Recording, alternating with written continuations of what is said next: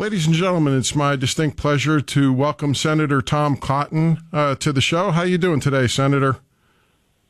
Hey, Steve, I'm doing very well. Thanks for having me back on. I appreciate you coming back on. I know you might be a little bit tired from last night, so let us dive right into this. You were able to get cloture finally out of the Democrats, and where are we now in the process of reopening the government? Steve, I'm glad that, now almost 6 weeks on that we have a handful of Democrats who have come to their senses to end this needless shutdown. Here in Arkansas, we have almost 250,000 people who benefit from the food stamp program. We have more than 6,000 military personnel, thousands and thousands of federal employees. And of course, we have all Arkansans who may be flying to go on a business trip, go see a child or a grandchild, go to a wedding. And we've had dozens of flights canceled across the state over the last few days. It didn't have to happen. The Democrats could have just voted to fund the government 6 weeks ago, and we could have debated anything they wanted to debate: healthcare, immigration, anything else. But of course, we never gave in to this hostage taking. The deal that is on the Senate floor right now and that will be voted out soon is exactly what was in the offing 6 weeks ago. We're going to have a short-term funding bill that will allow us to complete, hopefully, all the year-long funding deals that Congress should do every year. All 12. Part of this deal is three of the bills, and they're important bills. They're the agriculture bill, the Veterans Affairs bill, the military construction bill. These are all high priorities for our state. And that's where we were on September 30th, and that's where we are today as well. I know the president has also pledged to the Democrats who are voting for this bill that he'll reverse some of the reductions in force that have occurred over the last 6 weeks. That's obviously not much of a concession, because he is simply reversing reductions in force that never would have happened if there hadn't been a government shutdown in the first place. So I hope we begin to see a little more sanity prevail from the Democrats in the next 3 months before we have the next one of these funding deadlines, and that we can pass the remaining 9 bills, all of which, again, are very important to Arkansas. The Department of Defense bill, the transportation bill. There's a lot of issues in here that Arkansans care about that I hope the Democrats who are willing to cooperate with us will continue to cooperate on. Yes. And now, Senator, you got my nickname for your colleague from California. And now let me give you what we affectionately refer to as Chuckles the Evil Clown Schumer on this show. Of course, his update theme song is Dirty Deeds Done Dirt Cheap.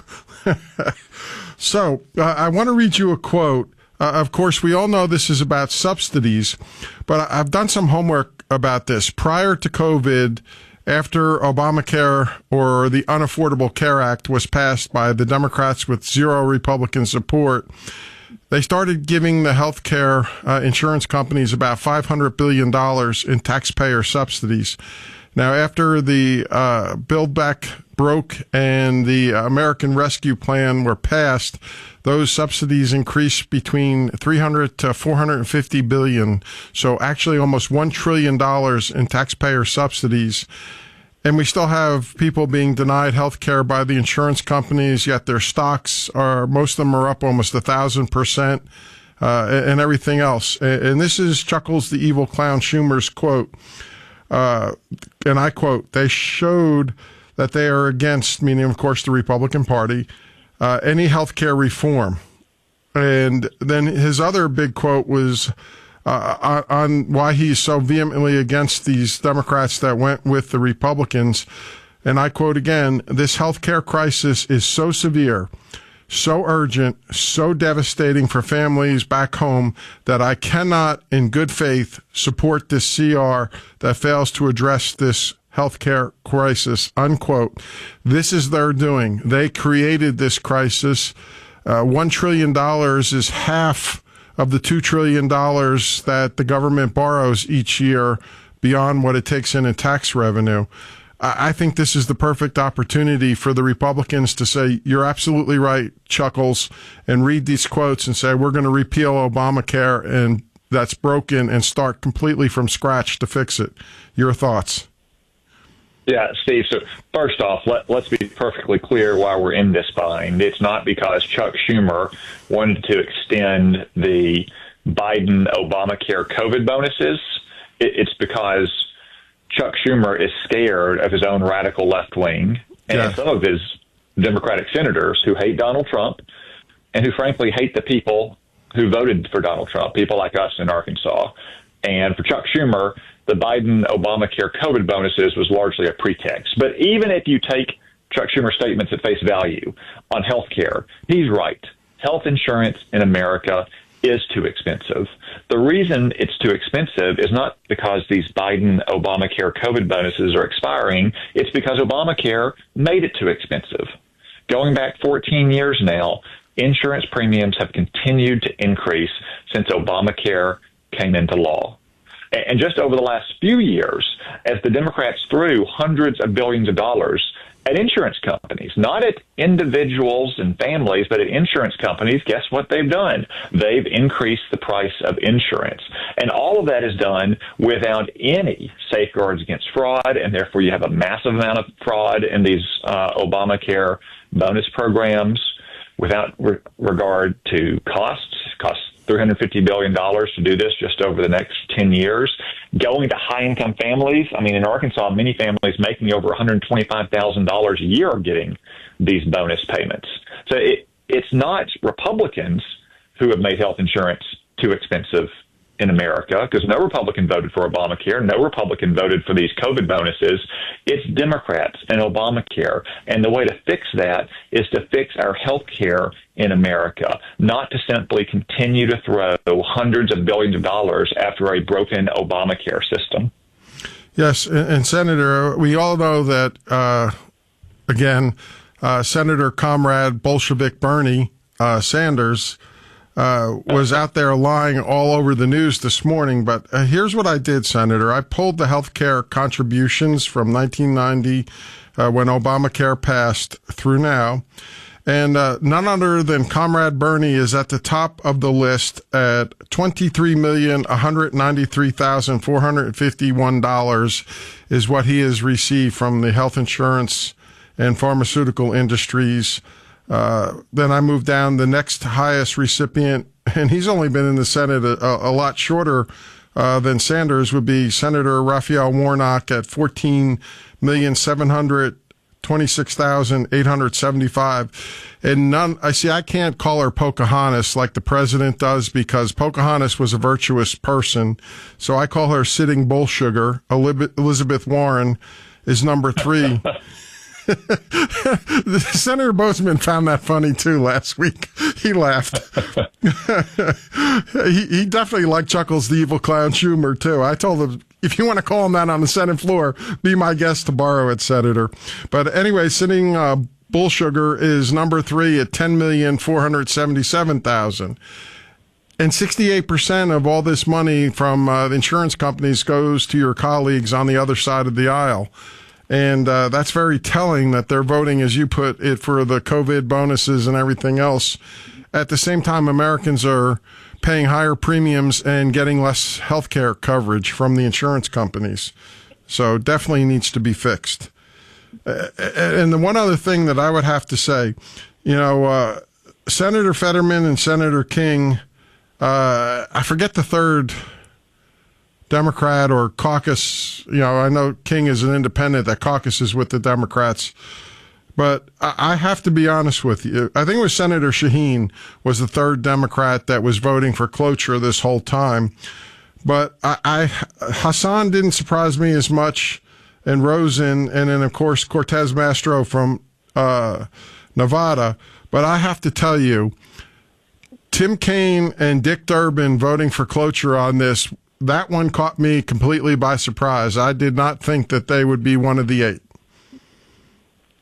Yeah, I mean, Steve, I can't really account for what my Democratic colleagues are thinking most of the time. I wish there had been more than 8. I wish there had been, 47 of them, 6 weeks ago. We wouldn't have had to go through all this hardship and have so many Arkansas families struggling to make ends meet or have their flights canceled or what have you. Yes. I'm just glad that enough of them finally came to their senses and that we can get the government working for the people of Arkansas once again, and then hopefully use the time that this bill will afford through the end of January to pass all those funding bills so we don't have to go through all of this needless hardship again. Absolutely. Today is day 41 of America Held Hostage, and even CNN this morning said the Democrats just owned the government shutdown when they did this last night and admitted they're the ones responsible for the shutdown.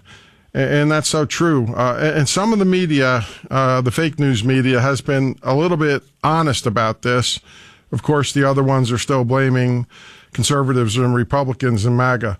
But, Senator, I'm glad. When do you think the government will be able to spin fully back up? How long is that going to take?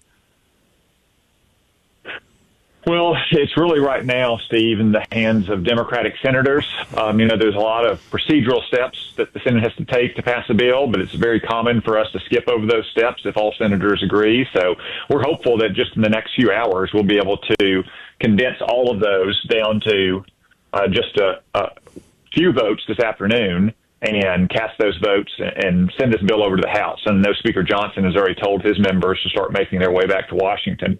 And then we can hopefully have them back and voting on the bill as soon as Wednesday, and it'll go straight to the president's desk.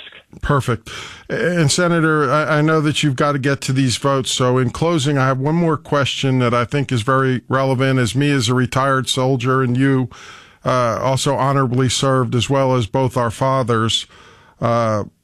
This concern with China and Russia, and both you and CIA Director John Ratcliffe have said that China and Russia are secretly testing nuclear weapons. And Russia, of course, has been boasting about their hypersonic missile capabilities.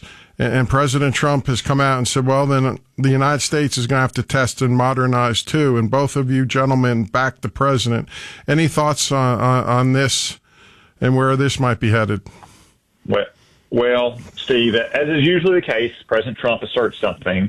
Liberals in the media and the Democratic Party go wild about it, say that it's baseless, when in reality it's strongly grounded in the truth. And the fact of the matter is, as John Ratcliffe, the CIA director, said, and as I confirmed as chairman of the Intelligence Committee, Russia and China have been engaged in certain kinds of supercritical nuclear testing.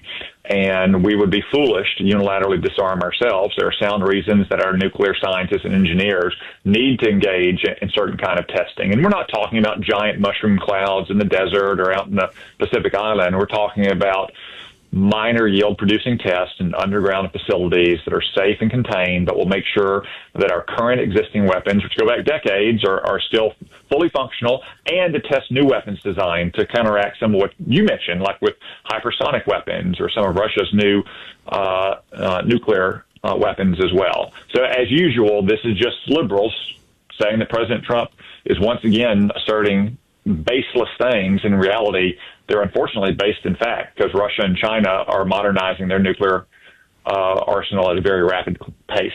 Yes, and we must, the best offense is a good defense, and have this ready that nobody dares want to go to war with us. So I can assure you that most of the audience agrees with yours and the president's conclusions on this, and the directors. Senator, I really appreciate you taking your time out of your busy day today to come and be on the air with me. All right. Thank you, Steve.